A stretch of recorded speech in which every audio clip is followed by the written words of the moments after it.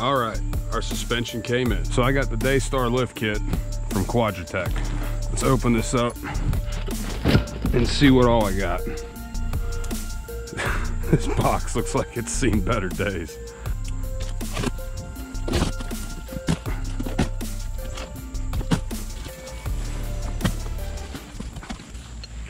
Got bump stop extensions, hardware, all the bushings and crush sleeves. I think these are the rear spacers. And we got another set of spacers, new front and rear sway bar links, got rear bump stop extensions, shock extension brackets, and our longer front control arms and instructions. This time I ordered the right parts. So with this kit, a lot of the stuff just came with a clear coat and rusted. Wow. But anyway, all these raw finished materials, I'm gonna scuff up the clear coat that they have on them. They might be zinc coated. Doesn't look like it's that good if it is, but I'm gonna scuff all that up and paint them. I didn't plan on painting my lower control arms, but they were beat to hell so bad. I'm gonna have to at least spray them back black, but we might color match these to the bump stops and the shock extensions. So I'm gonna get started on that first. Colors I went with is a metal cast, and this is kind of metallic purple. I'm kind of hung up on the way BJ Baldwin's trophy truck looks right now. So I think I'm gonna go black with these purple accents and maybe throw some green in there.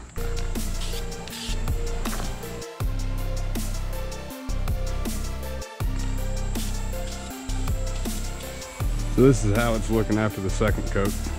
Go ahead and get the third coat on all these.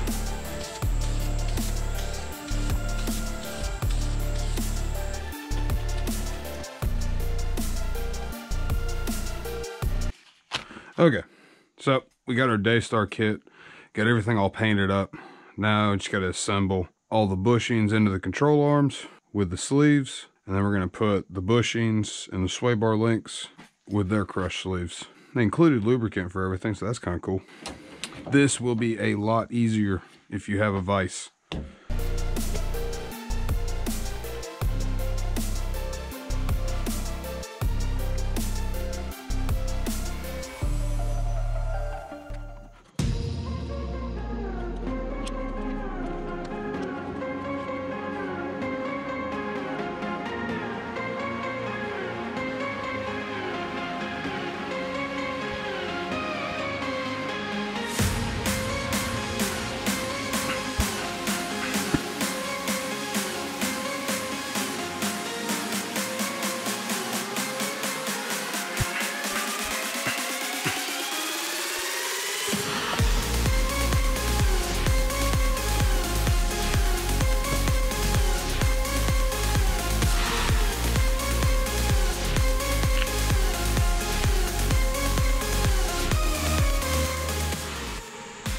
All right, so now that all of our paint is done, we're gonna get ready to start installing this Daystar kit.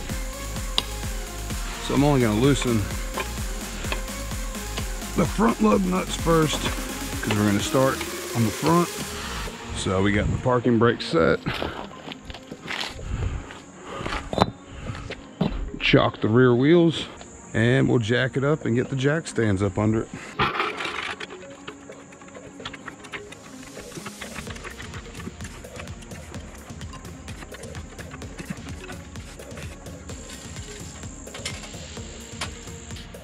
Alright, so this kit says to remove the driver wheel and then take the lower control arm off first. So that's what we're gonna do. 15 millimeter for the brake line bracket, 10 millimeter.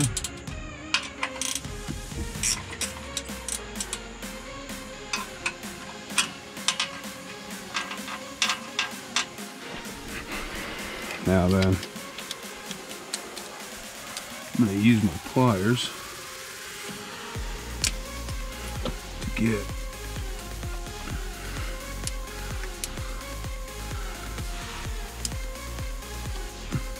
vacuum hose off. And if you don't have a breaker bar, I'll use a pipe as a cheater bar.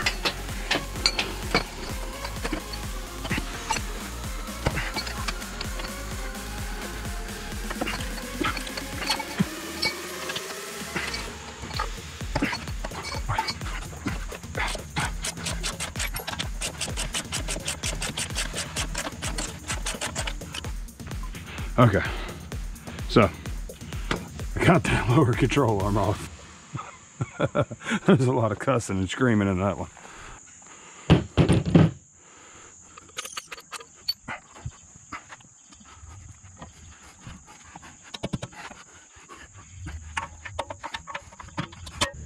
All right, I got that top one in there. And I got one of the shock bolts holding the bottom one in place until I can get the other side out. So camera got turned off while I was crawling around, but I had to use the jack to manipulate the axle to get the factory bolts lined back up into the new control arms. Now with the 18mm, we're going to take off our sway bar end link, and I'll show you in a second why I took the top bolt out first, or the top nut off first.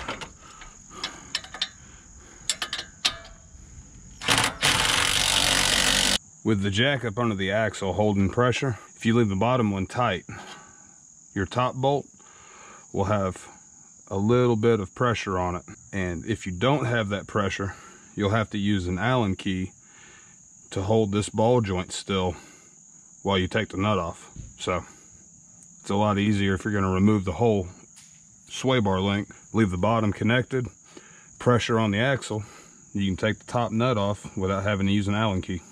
All right, now I'm going to let a little bit of pressure off. We're going to take the bottom shock bolt out.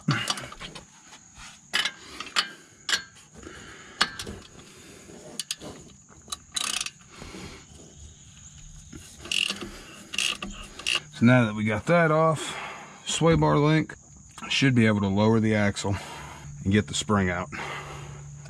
Now we're just going to lower the axle slowly. Just double check, make sure everything's good.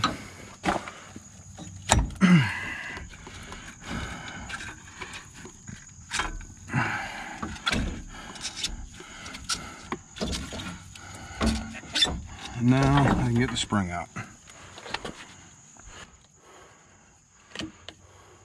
So you're going to remove the top isolator and replace it with the new top isolator. It's a 2280. 2280. Both the same. Alright, so I got to line up the two nipples on the isolator with the two holes in the spring perch.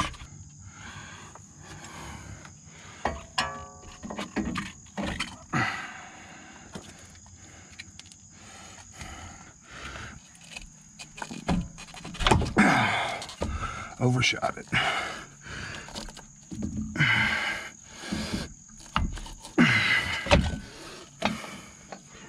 And bump stop extension will sit down right there, and we're gonna get the spring lined back up, and we want to make sure the spring lines back up with the perch.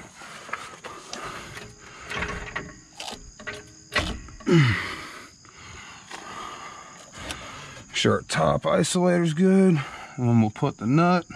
See, this is one thing I don't like, is all they say is using provided hardware, and the hardware didn't come with anything to say what it went to. So these don't look like they take washers. All right, now we're gonna put the nut onto the bump stop extension. See, that's a nylock nut, so I'm not gonna go the Incredible Hulk on it. Just gonna get it to where the nylock part is tight and this isn't moving around. All right, now it's time for the shock extension bracket.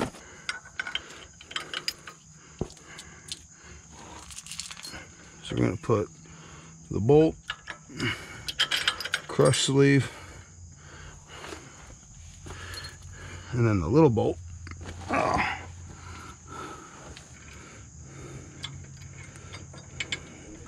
Alright, and it says to leave all that loose until you get your shock installed. We're going to use factory hardware on the shock.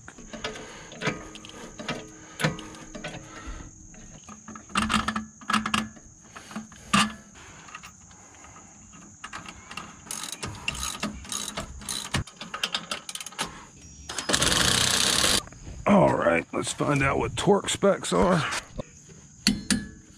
I'll put a mark on all the bolts that I've already torqued. Alright, so now we're going to reinstall sway bar link with the factory bolt on the bottom and the supplied bolt on top.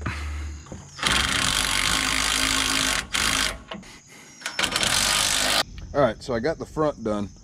The camera died on me while I was working on it, so I don't know exactly where it left off yet, but I'm pretty sure all I missed was torquing down the lower control arm and installing the new sway bar link.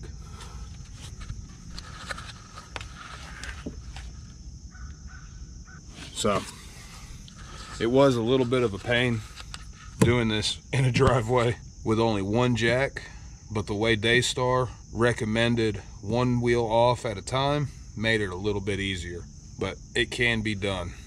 The front took me about 3 hours, only removing one wheel at a time to put it on, but it came out pretty good.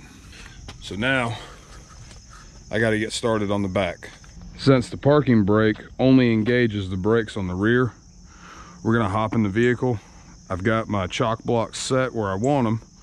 We're going to pull forward, put the transfer case 4-wheel drive, and then let it roll back to my chock blocks, put it in park.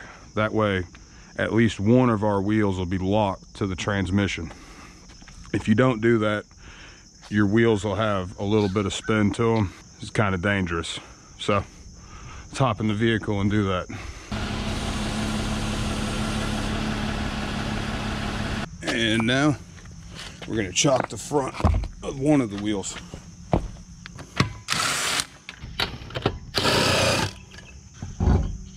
Now then, sway bar comes off.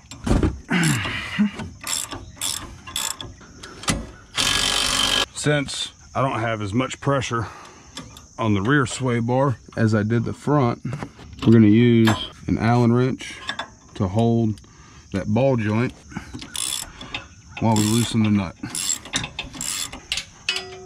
I'm going to take brake line, ABS loose. Now we need 18mm to get the shock loose. And now I think we're gonna have enough droop in this e-brake cable, so I'm gonna leave it on.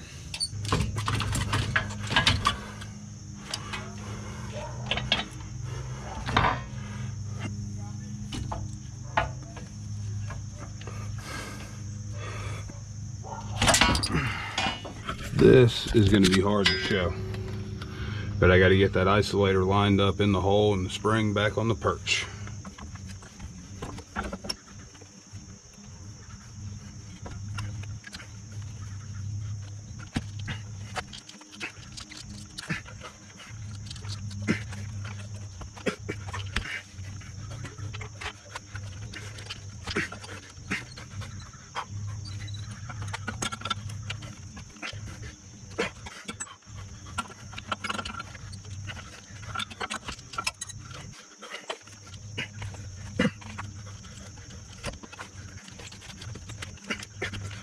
So now got to rotate it until it lines up. All right, my SD card filled up, so now we're on the passenger side because I got to get this done, but we'll start where we left off at the driver's side. So now we can reconnect our brake and ABS lines.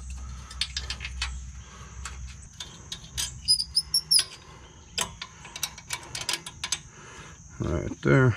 Now we're going to put in our bump stop extension, which mounts up to the factory mounts right here.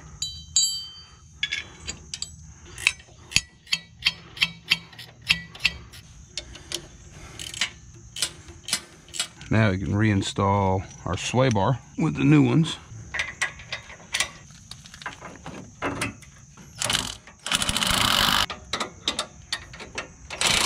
Now we're going to install the shock extension bracket.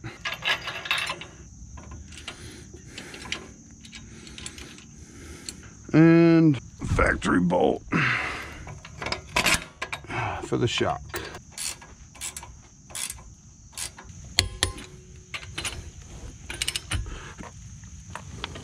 So in the end, is having just a budget boost or spacer lift kit enough to be able to enjoy off-roading, to get you just that little bit of extra clearance you need?